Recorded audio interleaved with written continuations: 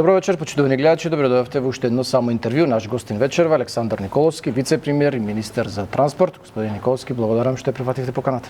Благодарам на поканата, секојаш задоволство. Ова интервју беше планирано за пред 3 недели, но го одложивме тогаш поради здравствени причини. Се надевам вечерва сте доволно добро за да имаме еден интересен разговор. Да, тогаш така за жал така една несретна комбинација, грип, стомачен вирус и бактерија се измешаја, па моравме да откажеме. По гласот веројатно ќе слушнат гледачите дека и вечерва не сте баш во топ форма. Има некоја настимка, но многу подобро од тоа што беше пред 3 недели, така што еве се извинувам за пред 3 недели што не бевме можност. Добро. Ова емисија во живо, доколку се разбира има некаква потреба, ќе направиме некаква пауза. Господин Николовски, се разбира повод и главна тема во овој разговор, во интервју, ќе биде договорот за инфраструктурни проекти што го потпишавте со Велика Британија пред еден месец во Лондон, вреден 6 милиарди евра. Го оценивте како историски. Дали го чувате пенкалото? Не ве видовме да го бакнете како што Заев го бакнуваше своевремено кога станавме членки на НАТО. Далеко сум од тој профил на личности. Па дека историски за тоа. Па добро, историските пенкала со кои што потпишуваа промена на име, не мислам дека многу се зачување, за срамење се, ама им кажа народов тоа што имаше да им каже на последните избори. Рекордно ниската бројка на пратеници, мислам дека го кажа своето во однос на договорот со Велика Британија. Навистина е историски. Ние прв пат како држава потпишуваме таков договор, односно тоа ќе бидат два договори, ќе објаснам во текот на интервјуто, со толку голема светска велесила. Не треба да зборувам која е Велика Британија, земја членка на Советот за безбедност, земја членка на НАТО, втора политичка сила во светот. Англискиот јазик е јазик на кој што комуницира целиот свет, англиската култура е доминантна. Комонвелтот е тој кој што најмногу произведува од бруто домашниот производ во светот, така што јасно е која е Велика Британија и навистина мислам дека е историска работа да таква голема велесила застане позади Македонија. Два договори се. Вие го потпишавте тој за финансирање на проекти. Па и тука мислам дека јавноста го виде само тој член затоа што веројатно е интересен заради финансиската компонента, но договорот има една многу поширока рамка и јас би рекол дека финансискиот дел не е незначаен, но по мене другите елементи на договорот се далеку позначени за Македонија и од многу поголем историски аспект отколку финансиската компонента. Тој договор е договор влада со влада за реализација на големи инфраструктурни проекти, но самиот договор уредува соработка помеѓу двете држави, помеѓу двете бизнес заедници. Понатака експертиза. Не е голем тој договор. Да, експертиза прилично општ. Речеме. Точно. Може би како меморандум.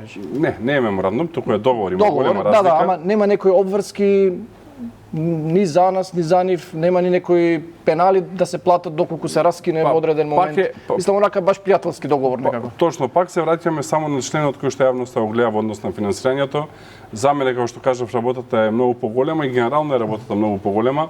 Да се согласи држава типот на Велика Британија да ја обучува на нашата јавна администрација, да се согласи држава типот на Велика Британија да разменува научни проднајдоци со нашите научници, со нашите универзитети, или во еден збор да се согласи Велика Британија да ја трансформира Македонија. Пред се како општество, мислам дека е огромна работа и суштината на овој договор, влада со влада, е трансформација на Македонија и да ја донесе Македонија на едно многу повисоко ниво.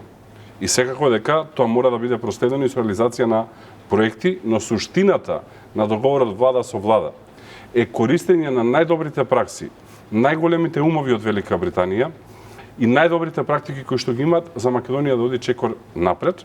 И ова ќе биде следено од уште еден договор за стратешко партнерство помеѓу Македонија и Велика Британија, кој што треба да ги постави темелите на целокупната политичка и економска соработка. Кога ќе биде потпишан тој? Тој се најави што кога имаше средба Мицкоски со Стармер во Тирана, но истиот ќе биде потпишан во тек на месец октомври, договараме сега прецизен датум. Ќе биде потпишан во Лондон и ќе биде потпишан од страна на премиерот на Велика Британија и премиерот на Македонија, значи на највисоко можно ниво. Поставувањето на односите помеѓу двете држави на овој начин мислам дека е историска шанса за Македонија и да добија сојузник во големите битки кои што ги водиме, затоа што тие битки сами ние не можеме да ги добиеме со оваа големина на држава, овој перформанс на економија и овој број на население, но исто така е многу значајно да се каже дека Велика Британија ваков договор, односно ваков сет на два договори, прв пат потпишува со било која држава во Југоисточна Европа, што многу зборува за тоа каде Велика Британија гледа Македонија. И можеби не е случајно се тоа, затоа што во моментов Велика Британија е трговски партнер број 2 на Македонија. Значи, Македонија најмногу извезу во делот на извоз, Велика Британија е број 2 на производи кои што се извезуваат. Джонсон Мети во најголем дел. Најмногу заради има 2 милиарди Джонсон Мети, каде што извозот поминува 2,3-2,4 милиарди евра, што значи многу и за балансот на Македонија и за девизниот прилив. Јасно. Секој договор има интереси, двете страни имаат интереси кога го склучуваат тој договор. Кој е интересот на Велика Британија да го направи ова се вие што говорите? Сигурно не е од љубов, ако беше од љубов, веројатно прво визите ќе ни ги укинеа, но слушаме дека тоа не е во моментов опција. Дали станува збор само за некаква бизнис логика нивна, со оглед на тоа што слушавме дека 20-30% од работите ќе треба да ги завршуваат нивни компании, дали им отвараат работа на ваков начин или станува збор за нешто друго? Знаете, таа тема со мигрантите и вие ја демантиравте, и амбасадорот ја демантираше, но постојано некако лебди. Деновиве сретнав повторно, Лондонски Таймс пишуваше дека токму на есен се планира самит во Лондон на британската влада со лидерите од Западен Балкан, на која оваа тема ќе биде една од главните. Едно по едно. Прво, во однос на мигрантите, таа тема мислам дека се затвори. Што доколку се биде поставена, зашто и во тој напис, тој е овој напис, стои дека во моментов не е отворено тоа прашање, но дека се планира да биде отворено токму на тој самит во Доколку биде Дали може да биде доведен во прашање овој договор? Не, не е поврзано едното со другото. Договорот е веќе ратификуван во нашиот парламент и според англиското право усвоен во англиската од страна на англиската, односно британската влада, и веќе е во сила тој договор. Ние формиравме и комитет за имплементација на тој договор и веќе работиме на имплементација на истиот. Добро, ма може да се надеват на некаква добра волја, са ќе речем. Едното не е поврзано со другото и тука мислам дека беше јасен и амбасадорот, јасни бевме и ние. Ние не можеме да претпоставуваме што се би разговарале државите во иднина како што разговараат и сега.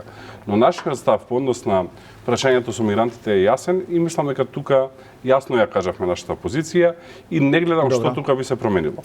Во однос на визите, тоа е нешто што го разговаравме во рамки на мојата посета на Велика Британија. Тие имаат прилично рестриктивен визен систем од причина што има сериозна злоупотреба, затоа што Велика Британија е држава со највисок бруто домашен производ по глава на жител во Европа, пред сите други држави, и природно луѓето кои што се обидуваат да најдат подобар живот, се обидуваат прво таму, па после во било која друга земја во рамки на Европа и затоа сакаат да се заштитат. Но еве можам да кажам првпат вечерва дека многу сериозно разговараме за најмалце 3 категории на патувања да бидат ослободени од визи.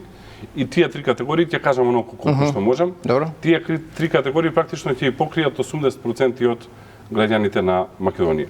Се уште не сме стигнале до целта, се уште разговараме, но тоа е во рамки на овие разговори кои што ги имам. А во однос на тоа дали има или нема интереси, секако дека интересите секогаш ги има во меѓународните односи, тоа е природно и тоа е нешто што и треба да се почитува. Ние имаме наши интереси, другите држави имаат своји интереси. Можеме да зборуваме и во однос на финансиската компонента, секако. Но точно е дека Велика Британија кога ќе овозможи ефтини пари кои што се наоѓаат на светските пазари да бидат пласирани во одредена држава, бара и дел од таа компонента да е покриена со производи кои што се произведени во Велика Британија. Но дури и така, ако еве направите споредба, Франција е многу активна на пример во вакви договори. Јас следната недела патувам за Париз, да не биде ова погрешно сватено. Ќе имам средби таму со министерот за Европа, министерот за транспорт, министерот за надворешни, парламентот и така натака. Но чисто како пример кажувам, кога Франција потпишува вакви договори, тогаш барањето е најмалце 51% да е француска компонента. Една друга држава, еве Кина, со која што ние немаме намера да градиме посериозни односи, затоа што нели сме членка на НАТО и прозападно ориентирани, но и Кина кога потпишува бара најмалце 51%. Сино Хидро беше 51%. 51% точно. Значи, дури и тука кога ќе видите Велика Британија движи помеѓу 20 и 30%, што е за пола подобро од другите држави кои што нудат вакви договори. Сега имаше некои предлози од шведската развојна агенција, од италијанската развојна агенција 51% стандард. Добро, значи ако значи бизнес логиката е пред се. Не, овде прашувам зашто имавте во Лондон средба. Политичката логика е пред се. Јас тоа се обидувам да кажам на јавноста. Значи, повторувам, нас ни фалат добри вести, генерално како држава, и ни фалат економски успеси. Тоа е факт. И затоа за мене не е чудно што првата работа за која што сите коментираа беше висината на средства кои што се определуваат за Македонија, кои што е огромна, да се разбереме. Капиталните расходи на годишно ниво во Македонија се некаде 800 до 900 милиони евра.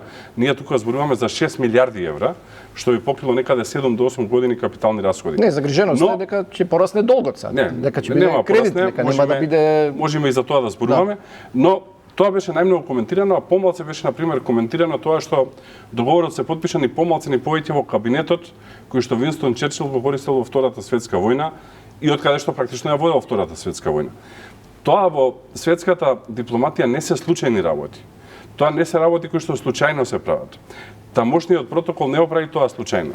Тоа е многу голем символ. Или тоа што премиерот Стармер се сретна со премиерот Мицкоски и премиерот Стармер во рамки на Европската политичка заедница имаше не повеќе од 3 билатерални средби, од кои што една беше со Мицкоски и имаше целосно соопштение за истата на официјалната веб страна на владата на Велика Британија, на Даунинг Стрит 10. Добро. И тоа што во октомври ќе има повторно билатерална средба и да се потпише ваков договор, мислам дека многу кажува за политичката компонента на овој договор. И ние мора да сме паметни и да го искористиме. И последно, се славеше роденденот на кралот, или да преведеме за луѓето, националниот ден на Велика Британија.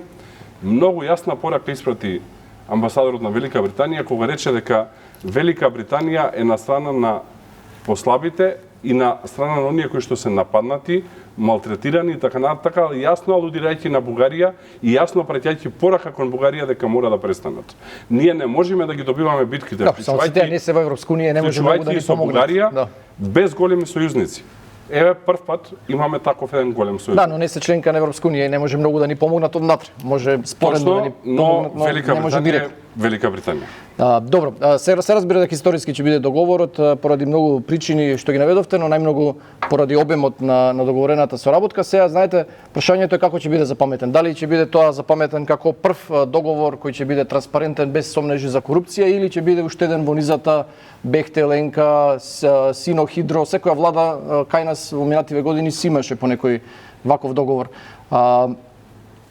Ве прашувам, бидејќи како опозиција многу жестоко го критикувавте договорот со Бехтел и Енка, а сега како власт повторно влеговте во ваков аранжман без некаква поширока дискусија, без некаков поширок консензус. И со тоа оставивте простор опозицијата да ве обвинува и да отвара сомнежи и дилеми. Зошто не се обидовте пред да се влезе во овој проект, во ова стратешко партнерство и во ова намера да се обезбедат толку пари за овие стратешки проекти, да обезбедите поддршка од опозицијата? Неколку аспекти имаш, ќе се обидам сите да ги објаснам, почнувајќи од последниот. Опозицијата, пред се на СДСМ тука мислам, на Зурли и Тапани зборува кај стигне дека тие се единствената прозападна политичка структура во Македонија.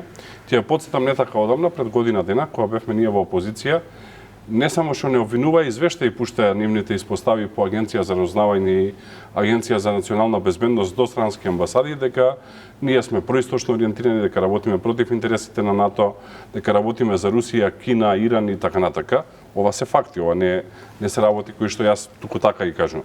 И сега државата која што се утепа, се извинувам, партијата која што се утепа од фалење дека нели била најпрозападно ориентирана, како рече овој еден новинар што ги поддржува дека само во време на СДСМ имало меѓународни успеси, сега таа држава е против Велика Британија. Излезе председателот на таа политичка партија, го нападна договорот директно и рече дека бил антиевропски. Добро, рече дека на политичко ниво го поддржува, но има сомнежи за економскиот дел од договорот. Така што ќе остане историски запаметено дека кога им одговара се прозападни, кога не им одговара се антизападни.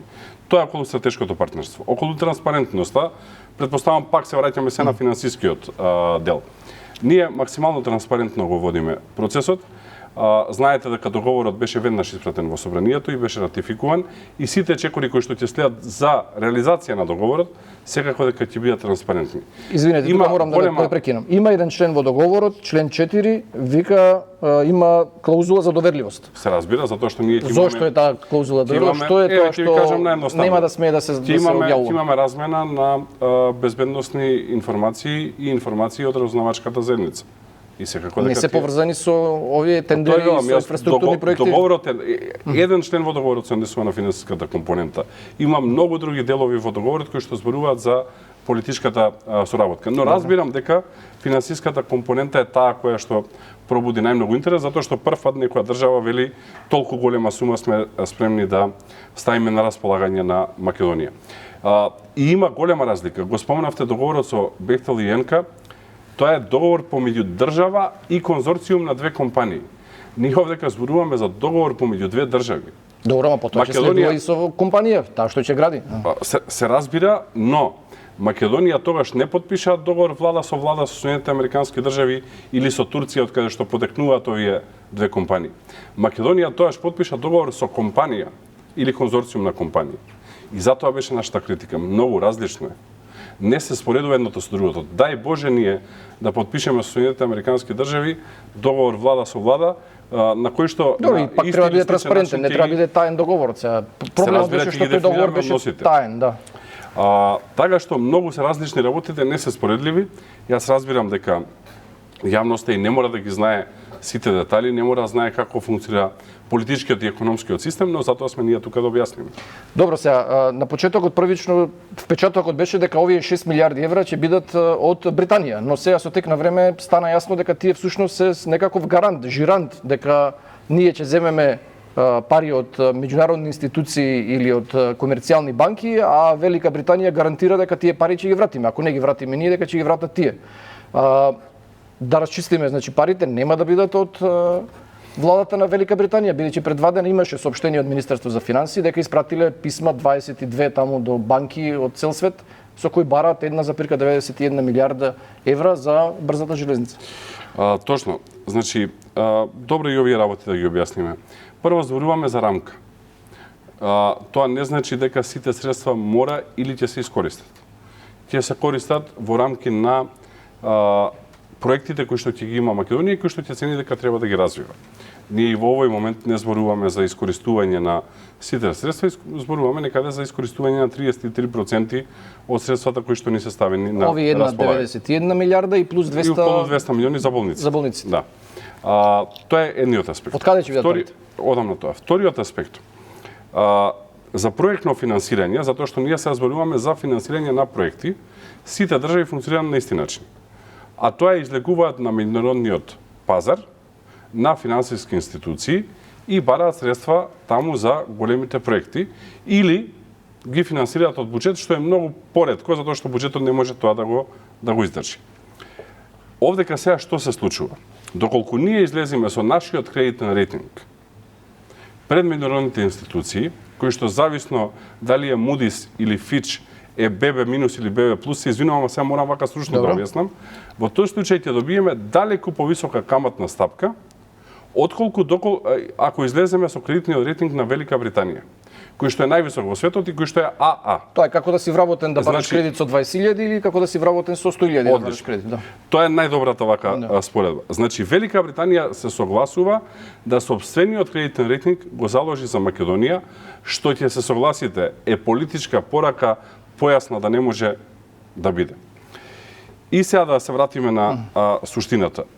Тоа е, како убаво кажавте, вие да имате минимална плата и дојдете да побарате стамбен кредит, ќе ви дадат една сума и една камата, или да се појавите со жирант, кој што има 4, 5 или 6 просечни плати, тоа ќе ви дадат друга сума и друга каматна стапка. Тоа е вредноста на договорот. Иначе, Финансиските институции се исти. Ние и досега користиме средства од Светска банка, користиме од Европска банка за обнова и развој, од Европска инвестицијска банка, од комерцијални банки, сето тоа се банки. Добро, значи се очекува до крајот на месецов тоа да се заврши, се чекаат одговорите од банките. Ние донесовме одлука на влада со која што го задолживме Министерството за финансии да се обрати до најрелевантните меѓународни финансиски институции, оние кои што се класа А, и истите имаат можност до 30 јуни да ги дадат своите понуди, но она што можам од старт да окажам е дека Македонија ќе добие најдобро финансирање било кога видено во историја на државата. И во однос на ова со Унгарија, што беше тоа беше исто влада со влада, но тие пари беа од Унгарија, директно од владата. Значи, не, и таму не се од Унгарија, и таму се од банка. Таму се од Ексим банката. Ама тоа е нивна државна банка. Не позајмуваат, треба и тоа јавноста да знае. Државите директно не позајмуваат, банки позајмуваат. Ама тоа е државна банка на Унгарија. Собственоста некаде е државна, некаде е полудржавна, некаде е приватна, тоа зависи од концептот на државите. Во Соединетите американски држави и централната банка е приватна, ова што е Народна банка кај нас, таму е приватна, тоа зависи како се организираат државите. Но суштината е дека Македонија во моментов, доколку излезе на меѓународен пазар, не може да добие повеќе од 350 милиони евра. Значи, внимајте, прво е многу битно сумата. Ние да излеземе сами не можеме да земеме повеќе од 350 милиони евра. Тоа е на соплатата. Има до кај може да идат. Сега ние зборуваме за 2,1-2,2 милиарди евра во една тоа е показател дека земаме повеќе од тоа колку што како држава можеме да финансираме. Ќе го објаснам и тоа. Второ, доколку ние излеземе со нашиот кредитен рейтинг, многу лесно може да се пресмета колкава ќе е каматава. Еве имаме евроврзница за враќање в година, која што е со 6,9%, скоро 7% камата. Колку очекувате вие да биде сега? Јас очекувам дека ќе е најдобра каматна стапка видена во историја на државата. Не можам прецизна бројка, кажам, не сум банкар. Добро, прилика. Одам на 3, на пример. И мислам дека ќе биде со најдобра рочност било која видена во Македонија. Ние во моментов најдобрите кредити, можам да ги кажам, и од тоа јавноста ќе најдобрите се од заклучи. Меѓународните финансиски институции. Најдобрите ни се од Европската банка за обнова и развој, каде што имаме 3 години грейс период и со 15 години поврат, значи 3 плюс 12. Овдека очекувам дека ќе е повеќе. И ниски камати 1-2%. И каматата е Еурибор. Еурибор е каматата на Европската Унија, зголемена за 1%, но на тоа има уште скриени трошоци, како трошок за повлекување, трошок за задржување и така натака, кога и тие ќе ги пресметате, некаде доаѓа Еурибор плюс 2%, која ќе ги ставите како all-in трошок. Овдека ќе е пониско. Значи ќе е подолг рокот од 15 години и ќе е пониско од ова што го имаме најдобро сега, а тоа е Еурибор плюс 2, ако ги видите сите трошоци. Знаете како е кај банкарите. Разбирам некаде меѓу 2 и 3% ќе биде. Ви даваат една камата и после со ситни букви има уште 5 ставки. Сега кој ќе соверите овие 5 ставки, вие сега поканите некој од ЕБОР тука ќе ви рече Еурибор плюс 1. Ама кој ќе ги соверите и овие другиве, доаѓа Еурибор плюс 2. Добро, знаете се, ова за консензусот што ве прашувам, проблематично од друг аспект, на пример, како ги одредувате приоритетите? Значи, ова се проекти, брзава железница не е нов проект. Тоа вие го актуализиравте уште како додека бевте во опозиција, но тој проект уште 2015 година Пешевски како вице-премиер тогаш имаше средба со представници на кинеската влада. Тие имаат интерес да го поврзат пристаништето што е нивно во Атина со Будимпешта и уште тогаш се разговараше за оваа тема. Како одредивте дека е приоритетно, дека ова треба сега да се прави и на ваков начин да се прави? Зошто, например, не почекате да не знам, да почнеме со евроинтеграциите па да можеме да добиеме некој грант од Европска унија, или сега зошто не се обративте до Европска унија, например, да побарате како што ни дадоа за пругата кон Бугарија, да дел од финансирањето да биде и од Европска унија, да не биде се на терет на државата? Ти одговорам. Колку е поволна каматата, ќе треба да се враќа? Прво, во однос на како се одбрани овие проекти, ние многу јасно во текот на изборната кампања, која што беше само пред една година, ги кажувавме овие приоритети и добивме 58 пратеници, како коалиција добивме скоро двотретинско мнозинство. Значи, ние јавно пред луѓето излеговме и кажавме што планираме да развиваме. Врската што ја преземате го надминува мандатот на една влада. Одам се на тоа.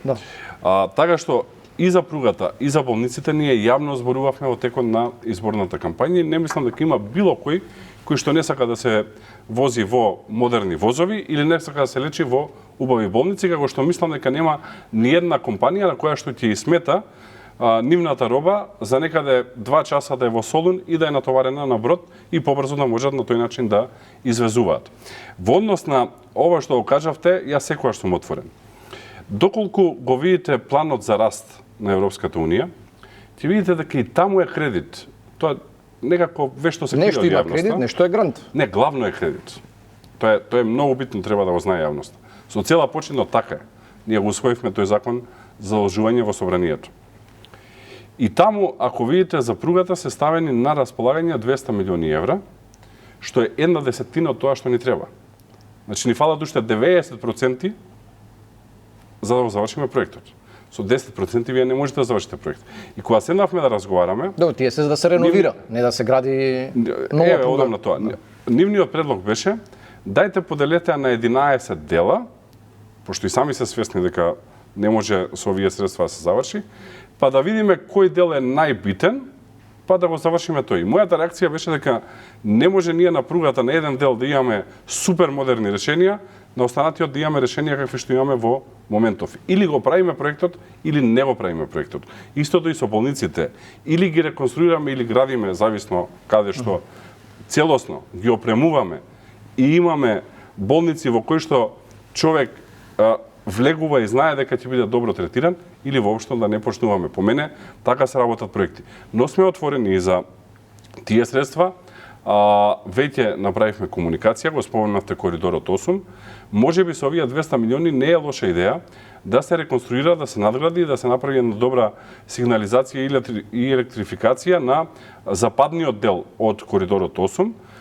Прва фаза да биде Скопје, Тетово, Гостивар, втора фаза до Кичево, еве да ја кренеме таа пруга на едно комплетно повисоко ниво и да можат жителите на Тетово, на Гостивар за почеток за... Тие се 200 милиони од плавот за раст што ги говорите? За 30 до 45 минути да доаѓаат во центар на Скопје, да се намали гужвата, сега доаѓаат со коли или со автобуси, да се намали загадувањето, така што доколку има волја, ние имаме проекти, сме спремни за работа. А што е со тој грантот за коридорот 8 за Бугарија? Имаше во тие 600 милиони, ако не се лажам, беше сумата за третата фаза, имаше компонента од 210 милиони кои беа грант од Европска унија. Дали тие пропадна или стојат на располагање доколку се договорите? Стојат на располагање, таму процената вредност на проектот е 450 милиони евра за трета делница и уште 110 милиони евра за електрификација и сигнализација на сите три делници. Една изградена, ја пуштивме во јануари, втора ја градиме во моментов. Од тие 560 милиони, 200 милиони се грант, останатото се кредит. Тие стојат, мислам ќе бидат, нема да... Добро, знаете, ве прашувам околу приоритетите, зашто сега ќе се влезе во овој проект, ќе се земат парите, ќе се избере фирма, најавувате до крајот на година дека ќе почнат и градежните работи. Не видовме физибилити студија која ќе ја оправда исплатливоста на овој проект. Вие говорите дека секоја година по 100-120 милиони евра ќе носи таа железница, но не видовме физибилити студија која ќе го потврди ова вие што го говорите. Ве прашувам бидејќи знаете ние сме мала земја, 200 километри од една граница до друга. Сега имаме пруга ние. Ако компаниите сега им треба 4-5 сати да одат од Грција до Србија, ќе им треба сат и пол 2. Не знам дали толку им менува нив 2-3 сати плюс минус дали ќе патуваат со робата. Проблемот е што се им требаат денови. Зошто денови? Ако имаме пруга, зошто денови? Минатата година, кога се формираше владата, на македонските пруги лежеа 26 композиции возови, затоа што немаше локомотиви кои што можеше да ги излечат. И сообраќајот беше целосно запрет. Добро, тоа е проблем со локомотивите. Успеавме да ги вратиме и сега моментов имаме 11 активни локомотиви. Но заради состојбата на пругата, мора да сме отворени пред јавноста и да кажуваме оно како што е. На голем дел од пругата се вози со 20 до 30 км на час, карго зборувам, затоа што карго секогаш е поспоро. И некаде просек на поминување е 12 часа. Но кога тоа ќе го помножите со фреквенцијата, а тоа е дека ако има повеќе од 2 композиции во тек на еден ден, тоа значи дека третата треба да чека, затоа што едноставно не може да се разминат, затоа што ние имаме сега пруга која што е едноколосечна. Тоа значи дека кога трета композиција влегува од Гевгелија, например, ако се истоварила во Солун или во Пиреа, тогаш таа чека еден ден за да почне да вози и да изгуби уште половината. Имате ли податоци колку интерес има, дали има навистина толку голем интерес? Јас сега кажувам каква е состојбата сега и фере граѓаните да знаат. И дури и во вакви услови, Македонски железници добиваат 12 милиони евра годишно само од коридор 10. Нашата проценка, иначе се разбира дека имаме физибилити студија и таа е пратена до сите меѓународни финансиски институции кои што сега треба да понудат финансирање, иначе како ја немаме јавно видено, мислам, ја немате представено. Представивме она што можеме. Испративме до медиумите некои 5-6 страни сума, а секако дека не смееме да го нарушиме процесот на финансирање, да не се доведеме во ситуација како во минати времења, кога меѓу другото растеа каматите, затоа што писма се пуштаја до меѓународни финансиери и кредитори кај што се вадеа податоци кои што не требаше да се вадат. Но она што е битно за јавноста, ние го представивме детално и тоа е презентирано во јавност. Она што е значајно е само еден податок, ќе ви кажам, а после сакам малце и поопшто. Доколку видите планот за раст на Европската унија, пак се враќам на него. Обврска на Македонија е да превезува 327.000 тони по километар до 2031-32 година. Имајќи предвид дека најголем дел од овој сообраќај ќе оди на коридор 10, тоа што коридор 8 главно внатре би се комуницирало, не сме поврзани ни со Албанија, ни со Бугарија, тоа значи дека главно ќе е сообраќајот по коридор 10. Само ако успееме да ја стигнеме оваа бројка, јас сум убеден со брза пруга дека ќе ја стигнеме, и доколку наплаќаме за 50% поевтино од тоа што наплаќа Европската унија, и ова го има во физибилити студијата, тогаш би заработувале 120 милиони евра годишно. Многу едноставно е. 327.000 се множи по 365 дена и се множи по 1 евро километар. Европска унија наплаќа 2 евра по километар и доаѓаме до сума од 120 милиони евра. Се на малце поопштото. Државите постојат за меѓу другото да градат инфраструктура. Не можете вие на инфраструктура да барате обична бизнес математика. Доколку ја барате, тоаш инфраструктура не би требало да постои. Не можете вие да барате економска исплатливост на автопат. Како ќе измерите? Како ќе измерите тоа што вие во моментов од Скопје до Гевгелије за час и половина? Колку тоа чини? Како мерите колку чини економската исплатливост на аеродромот? Кога ќе се качите на авион, имате потреба зарно за лошо и одите за саат и 20 до Виена. Можеме да си дозволиме. Така што не можам, не со вас, туку со одредени други коментари во јавноста, се согласам. Дали ни треба двоколосечна сега или можеби ова да се реновира и да се направи доди до некоја брзина од 120 км/ч? Ни треба, од причинава што кажав претходно, ние мора да имаме барем една слободна линија за карго превоз. Ние не можеме инфраструктурните проекти да ги цениме во чиста математика. Ако ги цениме во чиста математика, ниеден не треба градиме. Ниеден автопат не е исплатлив, ниеден пат не е исплатлив. Вие имате села кои што имаат по 10-20 жители, па се поврзани со асфалтен пат. Нема тука економска оправданост. Таму е да ги споите луѓето. Жителите, да. Истото и овдека. Како може вие да барате економска исплатливост во болница? Како ќе ја измерите? Колку чини еден човечки живот да се спаси? Нема цена тоа. Затоа постојат државите. Да, различно е тоа. Кога станува збор за железниците, битно е да не бидат, да не завршуваат во ќорсокак. Прашање е дали Грција и Србија ќе изградат исто вакви брзи железници до границата на Табановци и на Богородица. Од тоа што е познато, Србија гради до Ниш само ваква брза пруга, а Грција воопшто нема намера да гради има до нашата граница, колку што имав прилика да видам. Тие во моментов ја реновираат од Солун и до Мени, но едноколосечна ќе биде со поголема брзина, се разбира. Има јасна заложба на 5 држави кои што се на коридорот. Значи Грција, Македонија, Србија, Унгарија и Австрија. Имавме ние и договорено да подпишеме заеднички меморандум. Случајно беше закажано да биде тоа во Нови Сад. Само неколку дена пред датумот на подпишување се случио на несреќа која се случи во Нови Сад и за жал сето тоа се откажа. Но можам неколку работи да кажам, затоа што прашањето ви е многу коректно и мислам дека е суштинско. Прво, имаме јасна заложба од Грција и за многу скоро време јас имам билатерални средби со министрите таму, есента имав, јавноста беше запозната, и со министерот за поморски сообраќај се сретнав, и со министерот за транспорт се сретнав, со министерот за транспорт 3 пати се сретнав. Имаме ние со лошо искуство. Патот пругава од Битола до Меджитлија направена, но не функционира. Можам и за тоа да одговорам. Аз се сретнав и со првите луѓе на грчките Солунско и Атинско пристаниште, затоа што ние не би влегувале во ваков проект ако немаме јасна известност дека робата од Солунското и Атинското пристаниште ќе поминува низ Македонија. И таму има јасна заложба затоа што и нивниот интерес е огромен ова да се развие. Во моментов Грција прави дополнителна надградба на пругата помеѓу Атина и Солун, која што е веќе брза пруга, е 200 км на час патничка и 120 км карго. Работат надградба со воведување на систем EMTC, тоа не им значи на луѓето ништо, но да поедноставам, тоа е автопилот систем, сам ги вози возовите, таков ќе има и во Македонија. Помеѓу Гевгелија и Солун на постојната пруга, што значи дека истата веќе ќе оди на 160 до 200 со 120 и со автопилот возови. Ама еден колосек. Одам на тоа, нивнијата порака е многу јасна и јас би го рекол истото и истото го велам кон Бугарија. Ако ме слушате, велат во моментот кога ќе видиме дека вие почнувате да градите двоколосечна, почнуваме и ние да градиме, затоа што од Атина до Солун веќе е двоколосечна. Обиколницата на Солун исто така е двоколосечна, остануваат 50 помалку од 50 км од над Солун до Гевгелија да се врзе двоколосечна, што значи дека грците се многу понапред од нас, што и природно се поголема економија и побогата држава. Во Србија од Белград преку Суботица до Будимпешта веќе има брза пруга. Во моментов се привршува брзата пруга од Белград до Ниш и веќе во моментов бараат финансирање за Ниш Табановце, така што би требало отприлика во исти временски период да завршуваме.